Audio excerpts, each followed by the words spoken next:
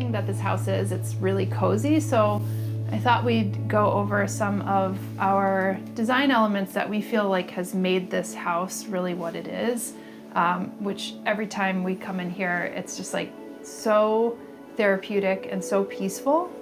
And one of the things that I think has made it that way is the use of what we did with the clay walls. It's just like this really natural material, doesn't feel like synthetic or kind of like this outlandish color, which for me, I'm a person who actually loves color, but I also love muted tones as well. It really depends on kind of the personality or the feeling of the space. And this space had a lot of color initially because it was an old nursery office and it had these really bright colors of pistachio and lime and raspberry. And I think we just wanted to swing the pendulum in the other direction and have this as a really calm, cozy space. And so the clay walls and in the bathroom respectively, using kind of that natural material of Tadilact or lime. There's something about it that makes it feel that's like alive. If you've seen the video of us like applying the clay on the walls, you would probably be drunk on Matteo, who is our the clay plasterer who came and put on most of the clay on the wall. You'd be drunk on his enthusiasm for troweling clay and the use of clay and natural materials. So that is one thing I think that brings this house to life and gives it its earthy feeling. And on that earthy tone, just using a lot of natural materials. So we have some of these woven materials like for our baskets and even for our seats. And we're not using exclusively natural materials. Like I think this is a material that has polyester in it, but the way that it's woven actually feels more natural. We have soft wools and we use a lot of linens here as well in the bed sheets and also in some of the linens in the pillows, the linens in the drapery and everything along those lines. So that again gives it this really cozy feeling. The wood stove, of course, we just finally broke this in and we actually started a few fires in here, which is really wonderful because it just automatically gives it a cozy feeling. And I understand that not everyone will have the opportunity to have a wood stove.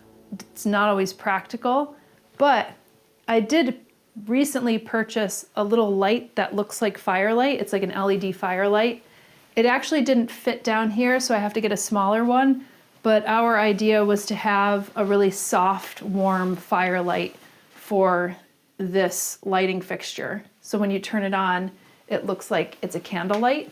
And I have that actually in Brooklyn, and it feels so therapeutic because it looks like a fire, but is not a fire. You don't have to go through the techniques of actually starting a fire with like the fat wood and your matches and things along those lines. So another thing that I always feel like you say is that it feels like this house is lived in. Whereas most of the time when you renovate something or you build something new, it's very modern and it feels kind of like a museum sometimes. Yeah. And the way you're using some of these materials makes it feel like someone's been living here for a while. Yeah, and it's very cozy. I really always like that feeling like I'm coming home. A hotel always feels like a hotel. It doesn't feel like you're coming home. It just feels this kind of sterile environment. And I think some of the ways to make it feel lived in and feel cozy and feel warm is some of those techniques that we're talking about, which is like lovely textures, muted color tones, so it's not like so loud. Of course, people who have like tuned into my other channel on Plant One On Me, you'll know that my usage of plants is usually on the high end. And I've tried to restrain myself here because I don't want it to be too overburdening for folks who are living in the house. But I think plants honestly really liven up a space and really give it that kind of lived in nature because it looks as if, you know, somebody is here taking care of the plants. It's full of life. And I think that's a very important part of it. We actually brought some of the plants in from the outside. So this is one of our olive trees that's in. So it's taking up a bit more space than I would like. Initially, we would have to bring some of the plants on in the patio in from the winter. And we brought some that are upstairs as well. But ideally, we would actually move these plants to maybe a greenhouse, which we don't have at this stage. But I'd love to be able to roll these out into a greenhouse and actually give enough space here. So I kind of feel like this is maybe a little bit too cozy when you have too many plants.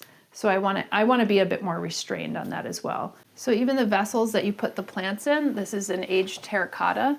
And you can see even this one right here actually has some of the clay that was left over when they were finishing or hardening off the pottery. So that really plays into the design of this house. Again, baskets. So we have some of these baskets that, this is a vintage basket that I picked up that I thought the colors, again, just like looked really nice with the sage tones and this kind of wheat color. And I used a lot of the basketry as part of, putting where I put the plants. Even here, this is a vintage basket from China. It's like a vessel, and you could see the way that it's stitched together. I just think is really beautiful. So the patina of it as well. So those things I think really work and help with that cozy feel of the house. I mentioned textures before, but in the overall tour of this house, just velvet, which is a type of cotton where they just have the longer pile and then they cut the pile to give that nice feel. And then we have linen on the other side. So that's something that I actually really love, is just the feel of something that you could go and sit down on the bed and it just feels cozy and warm and soft to the touch if it's against your skin.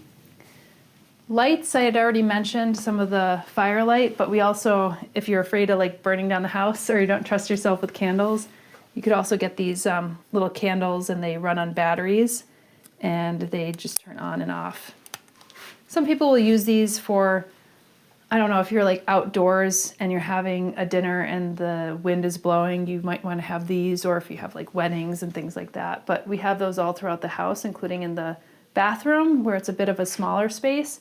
And I think that if you go into the bathroom, it feels a bit more like spa-like, and having those little touches of firelight and candlelight really makes a difference. Yeah, light's also a really big part of comfortable spaces.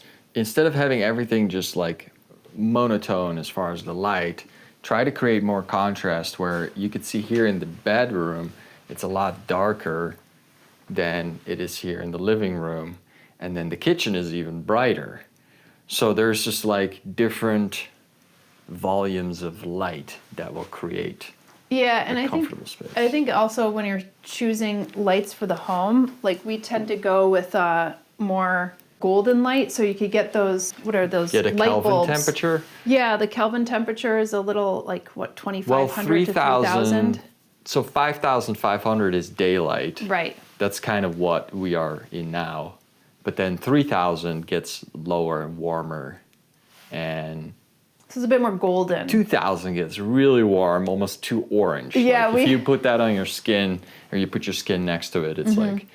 But it's nice to look at. I have to admit, yeah. 2,500 Kelvin. I think we bought one for that brass light right there. I mean, now you're getting closer to like fire color temperatures. Yes. Which is what's common. Yeah, and which I mentioned, like we have those LEDs that mimic firelight. So you could do that. I wouldn't do that for the whole house. It would look like your house is probably on fire and your neighbor would probably call 911. But we had one which has amber glass. That's around 2,500, and we put that in there. And it's really tough to film with that because it does make you look like you have this kind of weird orange spray tan. But when you're sitting in the house and you're just sitting and enjoying it, I find that Kelvin temperature to be really therapeutic. So you could also do regular candles. So we have plenty of regular candles here. And what I found is you don't even have to burn them. These like soy candles that have a scent. These give off a really nice smell. Yeah, it's almost like potpourri without having the potpourri in it, without having the herbs in it. And so they give a nice smell even if you don't burn them. And actually, sometimes when you burn them, it almost seems a little bit overpowering. I know you're really sensitive to scents, so having it where it's just near or open to the bed or in the bathroom is actually much better for people who are really sensitive to it, because you could still smell it, especially if you like walk by it and then it gives you like a waft of the scent. Other things that I think really play into the coziness is just having really special objects. So objects that you surround yourself with that may have a story or that you feel really attached to. So a lot of the things that I've sourced for here were things that I had already had. Like for instance, I had picked up these old bottles from a place in Brooklyn called Junk. I probably picked them up maybe 8 or 9 years ago now, and I've just brought them over here. But a lot of like vintage things or things that are special or things that have a story for you. It could be like even something as interesting as like kind of the brass like watering jug up there, or maybe a planter or a basket. But even these paintings too, like you have these oil paintings in here, and even the light in the paintings are very... I love having art in the space. I loved always supporting like local artists in my place in Brooklyn. And this one is an ancient painting, I think from the late 1700s. And you can see it has this kind of crackled effect. I loved this painting for this space, and I was hoping that we could actually fit this in here. So the painting that was here, I actually ended up taking down. We have it in another part of the house. And we have this one, and it's a girl foraging. And I think that also plays into the things that I'm interested in as well as having, going out, picking your flowers, that type of stuff. Stuff that just kind of slows you down and is pleasant to look at. The colors actually match in with the space, so there's nothing that is too dichotomous or too harsh on the eyes.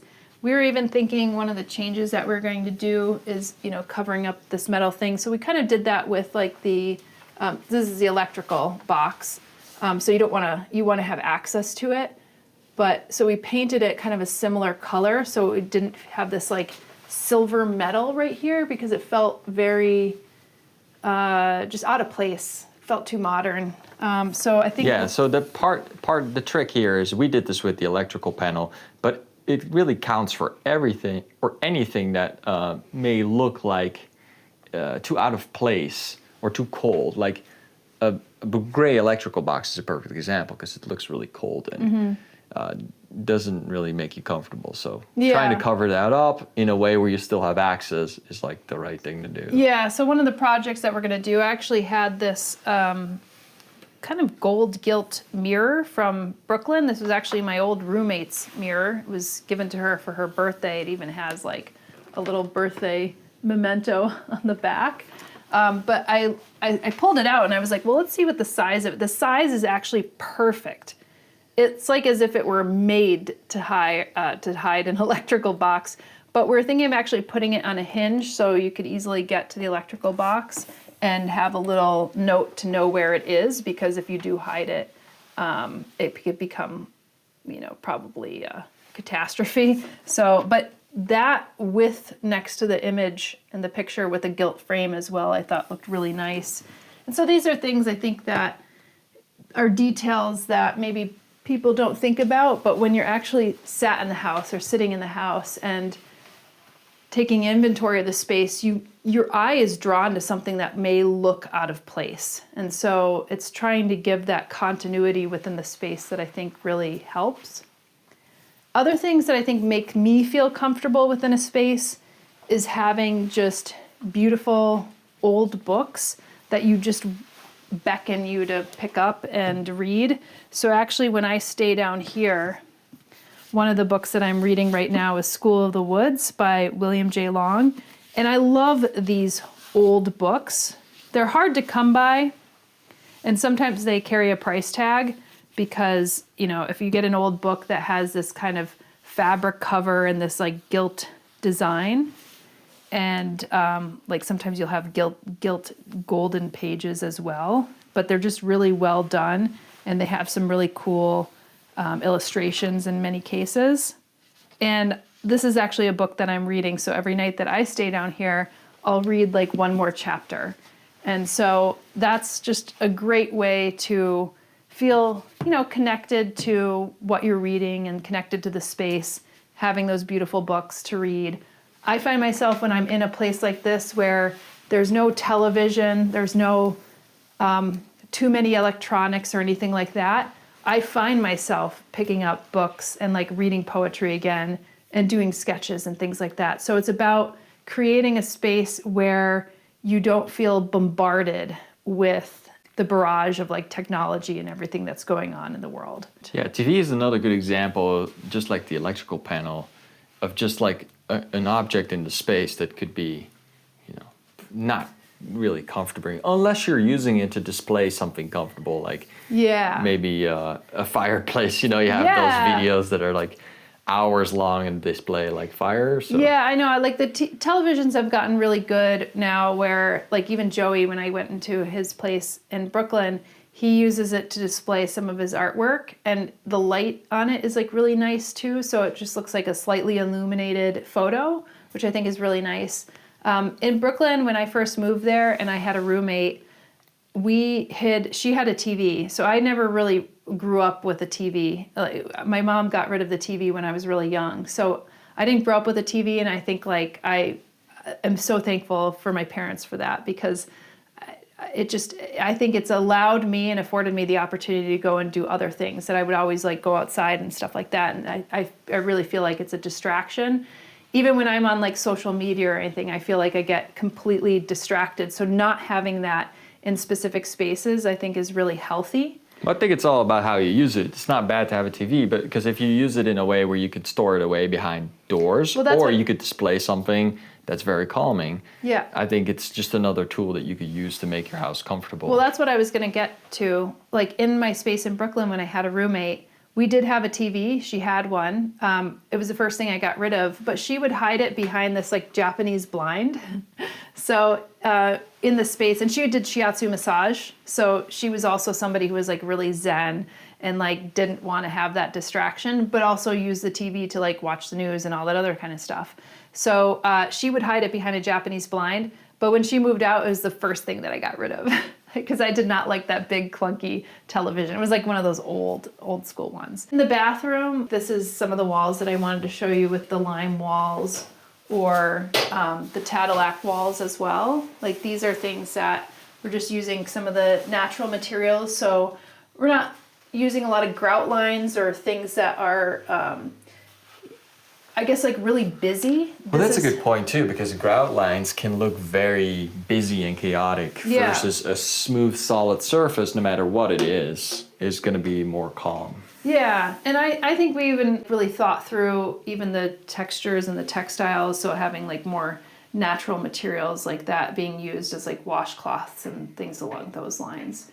So yeah, I like the fact that this is just totally clear and wide and open, and also white is obviously a popular color that people use in homes now because it's just very neutral and you could build on top of it.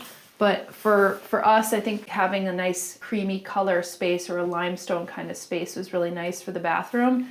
Yeah, you have different touches of white, because even here, like, look how many different kinds of white there are, and like this thing is a different white color. So there's just playing with those subtle differences works.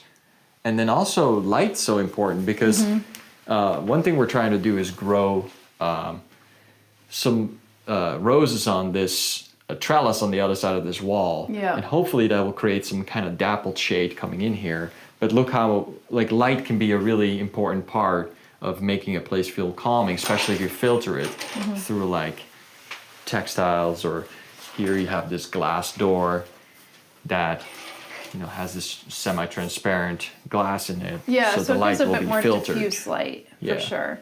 And then also just using a lot of those natural materials, like we used like old barn wood to have these cabinets made by our friend Lee. And that's something that I think is really important, is just having something, again, that tells story or that has that texture. Let's say something else that we thought about early on is fresh air. And of course we have like a lot of windows that could afford that, but you don't always want to open up your windows in a house. It's make sure you have good airflow. So on each side of the building, we can open something up, and that will really promote cross ventilation for fresh air.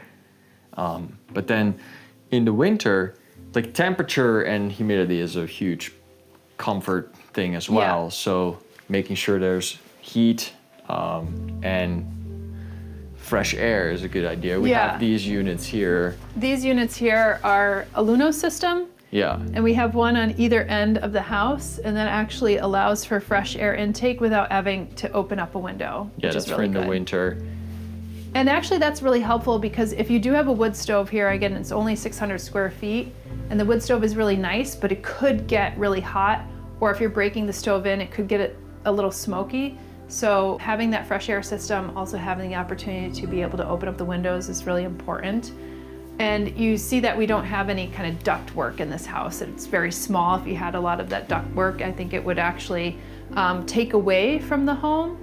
So having that Luno system as an option, I think was really good. Well, it's just hard to ventilate small spaces like that with like Mm-hmm. a huge ductwork system. That's why this will be a good solution, because otherwise, if you close off the house and you live in here, then you're not going to get any fresh air. And Yeah. That's gonna suck. I mean, you just have to turn off the fresh air in your car to know what it's like to be in a small space and then have no fresh air. It's at some Yeah. point you get. For sure. And then another thing that we added in here was a sound system. So I think that, to create a really nice cozy ambient, it's really nice to have good music, and if it's not just like blaring out of your computer or your phone. So we have this kind of cool sound system. I don't know what brand this is. These are just speakers. So Yeah. there's another device up here. in the kitchen, It's like a Bluetooth right there. receiver, I guess it's called. Yeah. And that, you can connect any device to it, and then that will play the music over the speakers. And it's really great for just very calm, like low volume music. Yeah, I mean, of course, Because they're not really great. They're not the best Dolby surround system you could purchase, but it's good Hey, for. you could play whatever music you want on it, but when we play it, it's usually like soft and jazzy and really calming. It just, it kind of fits the space. And then I think the other thing I would have to say, and maybe I've already kind of intimated this, is that just having well-made things and not having a lot of like plastic or harsh metals or things along those lines, that it's kind of been an icon of modernism, is having a lot of plastic and having a lot of this around your house. We've tried to eliminate most of that. Not all of it, but most of it. So we've started to use a lot of like brass and coppers, which are kind of like warmer tones as far as metal goes. And some of them are patinaed or antiqued, like, so you could see this kind of brass light. And these are all like handmade, hand hammered, that type of thing. So I think that those elements like really play into the part of like the human nature, feeling that it's been touched by a hand. And also staying away from plastics and using like a lot of things like glass, and we're using like a lot of green glasses and things like that. So I think that's just like really calming on the system.